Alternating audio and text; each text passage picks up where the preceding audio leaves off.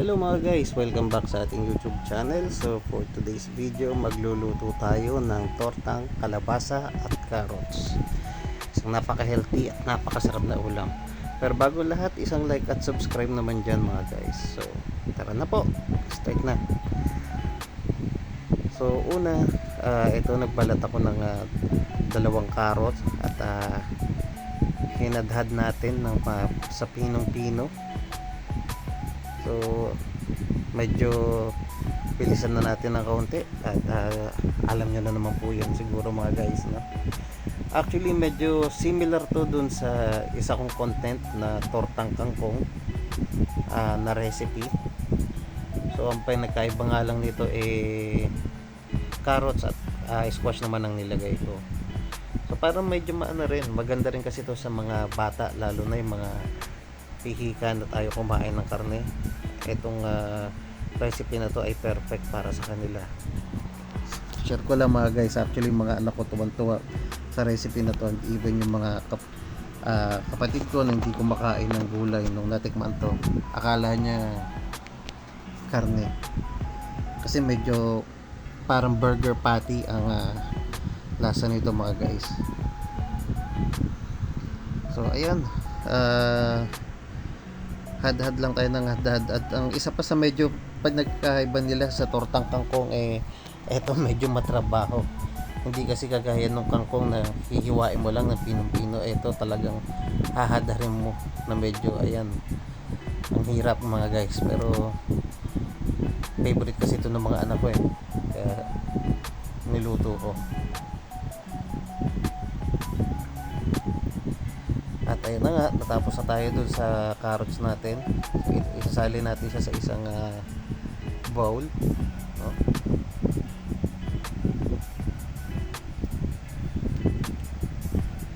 Ayun yung ating itsura, yung texture ng ating carrots na hinadad. Kaya talagang pag kinain mo siya, hindi mo na rin malalasahan kasi nga napino na natin. At syempre pagkatapos ng ating carrots, yung kalabasa naman, magandang kombinasyon to kasi parehas tong hindi rin nagkakamali, ang carrots at squash ay mayroong vitamin A na maganda para sa ating mga mata. At the same time rin, healthy naman talaga yung nito.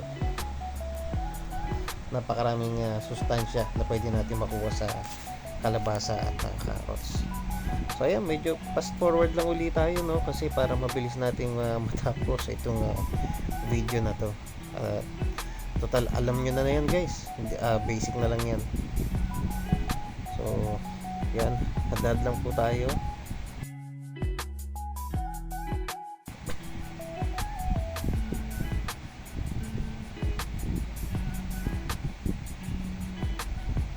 Napakamatrabaho lang talaga nito guys, pero pag tinikman mo, sulit naman talaga.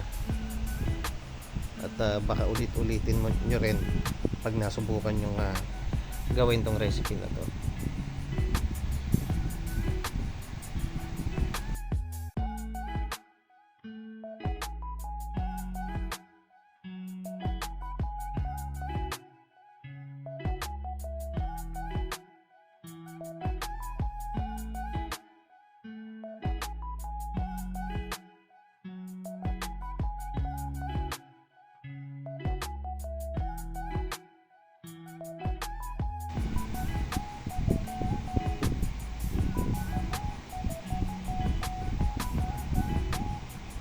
So ayun, natapos na rin ang ating pinadhad na carrots at kalabasa. So medyo halu-haluin lang natin para hindi maging lang yung one-sided yung ating lulutuin na carrots at kalabasa. Maganda yun na maghalo-halo siya. So eto ang una nating i-mix. Optional lang ang ating crispy fry. Kung wala din naman kayong stock ng crispy fry sa bahay, pwede naman kayong gumamit ng cornstarch, asin at paminta. So sa amin actually ito lang, hindi namin binili, medyo may natira lang kaming stock. Ayan, konti nga lang, di ba? Medyo hindi siya ganun kasapat para ma-cover. At eto na nga yung ating cornstarch na idadagdag. Kagandaan lang kasi pag may cornstarch mixture, kuha niya na yung timplang hinahanap at makakatulong din siya sa pagiging crunchy ng ating torta. So sumunod ang ating sibuyas. Isa rin sa sekreto nito mga guys, yung mas magpapasarap sa ating tortang gulay na to is yung dami ng ating sibuyas. Sunod ay ang ating paminta. At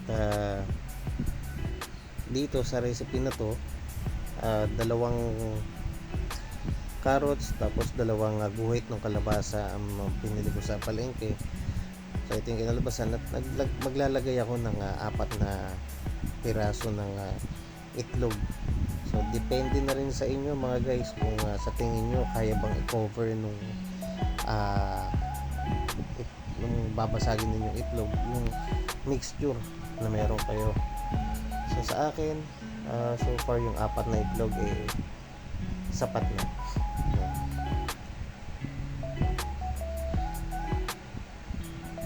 So ayan, halu-haluin lang natin ng maigi hanggang yung makuha natin yung consistency na ating hinahanap. So yung may tumapon pero malinis naman po ang aming mesa mga guys.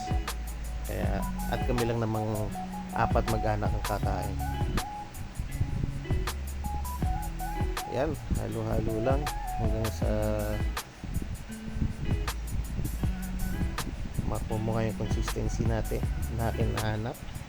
Ang itsura nito mga guys parang Cerelac na medyo ayan Cerelac ba yun or basta yung mga parang pagkain ng mga bata dati, yung mga gerber. So ayan, teka lang mga guys, medyo adjust pa tayo ng konti sa panlasa. So ito, dagdag ako ng Lakmi Namnam or any seasoning of your choice. Since naglagay tayo ng cornstarch, medyo kumulang yun Ito, garlic powder, optional lang din. At asukal para mag-balance ang ating panlasa. So ayan, halo-halo lang mga guys para yung seasoning na dinagdag natin ay mag-apply sa lahat ng sa buong mix natin torta na mixture. At yun, tikman natin. Okay na to. So tara, prito na tayo mga guys. So eto sa ating kawali, naglagay ako ng mantika. Medyo maganda to kung marami-rami yung mantika natin, medyo parang hindi naman siya totally deep fry no, pero maganda sana kung medyo malulubog yung ating torta.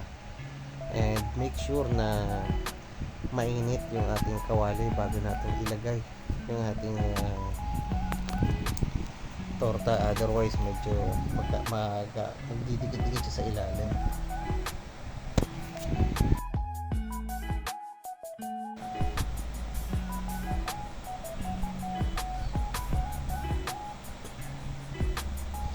At yun, medyo may konting init na akong nararamdaman sa ating kawali.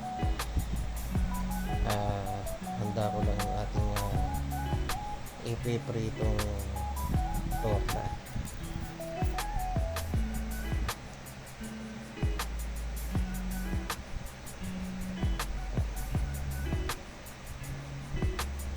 So sa sukat, kayo nang bahala kung paano nyo siya ipiprito. Sa akin ang gamit ko kutsara para medyo parang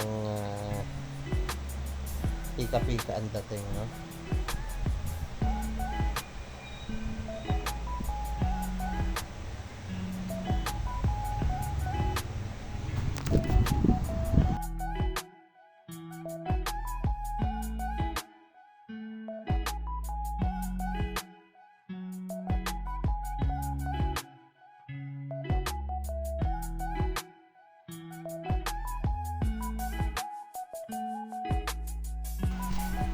Isang tip na rin siguro dito mga guys sa ating tortang kalabasa na to, maganda na pagkatapos mong ipagsama-samahin yung mga mixtures natin kanina, yung cornstarch, yung itlog, paminta, maganda na medyo ini-stack din muna natin siya ng konti sa ref ng kahit mga 30 minutes pataas para mas lumasa yung mga aroma pampalasa dun sa ating tortang kalabasa at carrots. So yan, medyo nakikita nyo naman medyo nagaano na sa kawali natin. Kayo na rin bahala magtansya kung anong texture ang gusto niyo. So sa akin, yung iba, actually yung iba rito tinusta ko, yung iba hindi, kasi kagaya kaming mag-anak, minsan gusto nung iba sa amin yung medyo tostadong texture, yung iba naman medyo gusto yung medyo hindi naman, medyo light brown pa. Kaya kayo nang bahala rin kung anong preferred ninyong texture ng inyong tortang kangkong. So ayan yung medyo actually etong itsura na to papunta na sa medyo tostado.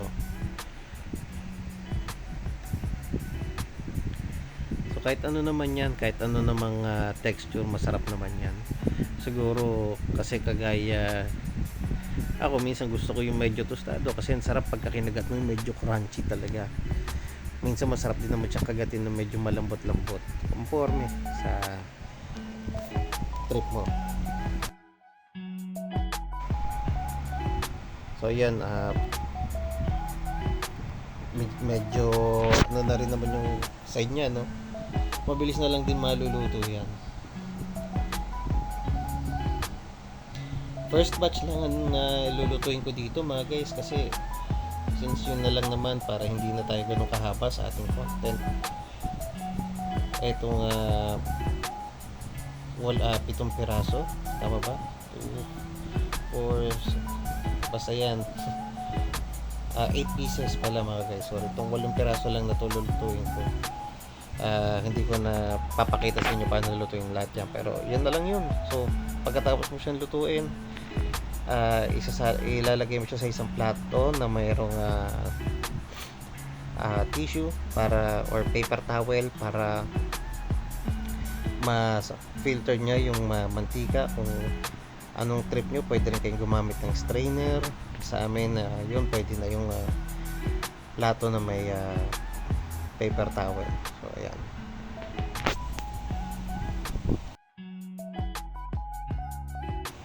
magandang i-partner din ito mga guys sa suka na may bawang. So kung mapapansin niyo doon sa presentation kanina, at yan yung ipakita ko sa inyo ulit yung ating finished product.